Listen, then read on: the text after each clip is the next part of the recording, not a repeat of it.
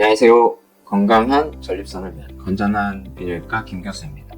오늘은 리튬에 대해서 이야기해보겠습니다. 사실 이런 영상을 좀 더 일찍 찍고 싶었는데 저도 이 수술을 충분히 경험하고 나서 이야기를 하는 게 좋을 것 같아서 그동안 말을 좀 바뀌었던 면이 있는데요. 리튬이 간단한 시술이니까 혹시 아무 데서나 받아도 상관없다 이렇게 생각을 하시지 않으셨나요? 그래도 이게 한두 푼 하는 시술이 아니니까 기왕 받을 거면 잘 받아야 되잖아요. 리튬 시술을 생각하고 있는 분이라면 보시는 분들의 돈이나 시간을 낭비하고 싶지 않다면 또 수술을 받고 나서 후회하고 싶지 않다면 한 5분 정도 시간을 내서 영상 끝까지 봐주시면 좋을 것 같습니다.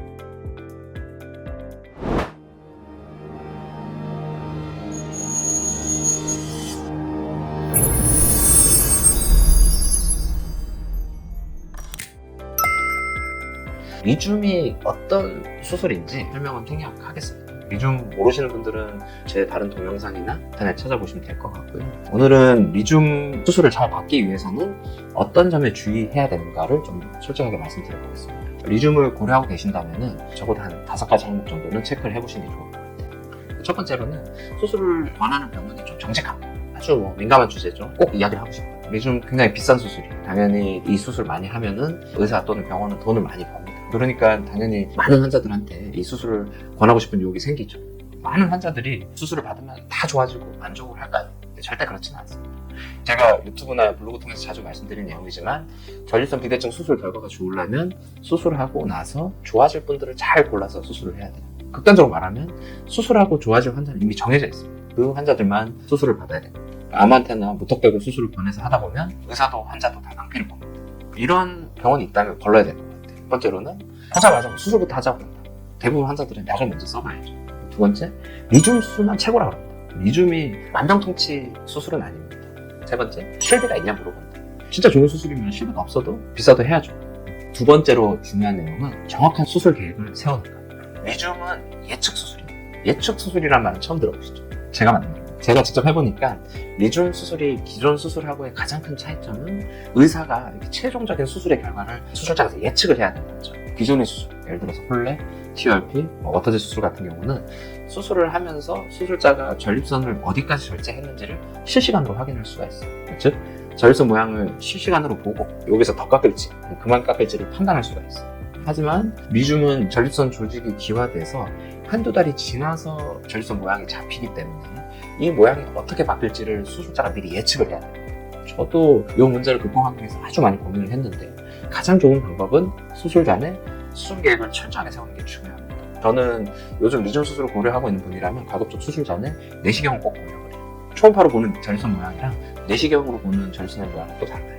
전립선 중엽, 비대가 있는지, 방광에 돌출이 있는지, 방광경부 거상이 있는지를 사전에 확인하고 스팀을 전립선의 어느 부위에 몇 번 주사할지를 사전에 계획을 해두고 수술에 들어갑니다. 최상의 수술 효과를 얻기 위한 제 나름의 방침이죠. 세 번째로는 환자를 적절히 잘 선택했는가. 제가 모교 병원에서 베뉴파트 펠로우 할 때였습니다. 그때 한 2014년 정도 됐는데 미국 올랜도에서 열린 미국 비뇨기과 학회에 참석을 했어요. 거기서 저랑 웨비나를 같이 한 피터 길링 교수님. 피터 길링 교수님이 홀랩 수술도 만들어냈고 워터제 수술도 만들어낸 분이시죠. 이분이 전립선 비대증 수술에 대해서 소규모 전문가 강의하고 있어서 150불 정도 내고 강의에 참석을 했어요. 강의 끝나고 나서 대가 선생님한테 줄을 서가지고 제일 제가 궁금해하던 질문을 한 가지 했어요. 어떻게 하면 전립선 비대증 수술을 잘 할 수 있을까요? 그랬더니 그때 이제 길링 교수님이 대답을 해주신 게 지금도 제가 비대증 수술을 하는 제 1원칙이 됐어요. 전립선 비대증 수술은 굉장히 쉽다. 수술을 잘하고 못하고의 차이가 거의 없다. 대신 수술을 해서 확실히 증상이 좋아질 것 같은 환자를 잘 골라서 수술을 해야 된다. 그렇게 얘기를 했어요. 사실 그 말 정말 맞는 말이고요. 환자를 잘 선택하려면 어떻게 해야 되냐면 첫 번째는 검사를 철저히 해야겠죠. 두 번째는 의사가 경험이 풍부해야 돼요.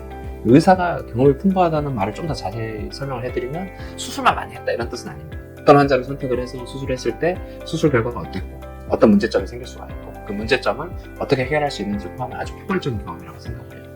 한 가지 수술을 계속 많이 하다 보면 어떤 환자가 이 수술로 좋아질지가 아주 잘 판단이 돼요. 저도 이제 리튬을 100케이스 이상 해보고 나니까 내재적인 기준이 명확해지는 걸 느껴요. 저는 그래도 전에 리튬이 아니더라도 홀랩, TURP, 워터제, 로봇 단순 전립선 절제술 같은 수술들을 2000건 이상 했던 경험이 있으니까 리튬에 대해서 이런 기준이 생기는데 좀 시간이 덜 걸렸다고 생각을 해요. 리줌이 아주 간단한 수술이니까 이 장비를 처음 들여와가지고 전립선 비대증 수술을 시작해보겠다 이런 입장이라면 이런 판단이 처음부터 정확하게는 거의 불가능에 가깝다고 생각을 해요. 네 번째로는 범용성. 저는 지금도 저희 병원에서 전립선 비대증 시술 옵션을 6가지 원래 QRP, 워터젯, 리줌, 유로리프트, 전립선 동맥 색전술 보유를 하고 있고 최근 유망한 시술이죠. 아이틴드 도입을 검토 중이에요. 비대증 수술을 왜 이렇게 여러 가지 방법으로 수술을 할까요? 현실적으로 생각하시면 됩니다. 한 가지 수술이 결과가 최상이고 부작용도 없이 완벽하면 저도 그 수술 하나만 해도 되겠죠. 하지만 각각의 수술은 장단점이 있고 환자분들한테 맞는 방법은 다 다르기 때문에 여러 가지 방법으로 비대증 수술을 하고 또 시술에 따라서 환자분들이 지불할 수 있는 비용도 차이가 커요. 제가 생각하기에 리줌은 범용성이 아주 낮은 수술이에요. 수술을 하고 나서 그 결과에 대해서 만족을 할 거로 예상되는 환자층이 아주 제한적이에요. 의사들 말로 수술 자극증이 적다라고 표현했습니다. 이런 수술을 아무 환자들한테 다 좋다고 권유를 하다 보면 의사든 환자든 굉장히 낭패를 보기가 쉽습니다. 저한테 리줌을 받으면 소변 증상이 좋아질 것 같다고 굳게 믿고 멀리서 찾아오시는 분들이 요새 굉장히 많아요. 미국, 캐나다, 호주 다른 나라에서 오시는 분들도 있습니다. 하지만 아무리 멀리서 오셨다고 해도 리줌이 그분한테 안 맞는 수술 방법으로 판단이 되면 다른 수술 방법을 권유드리는 분들도 있고 또 수술보다는 약물 치료를 권유드리는 분들도 있어요.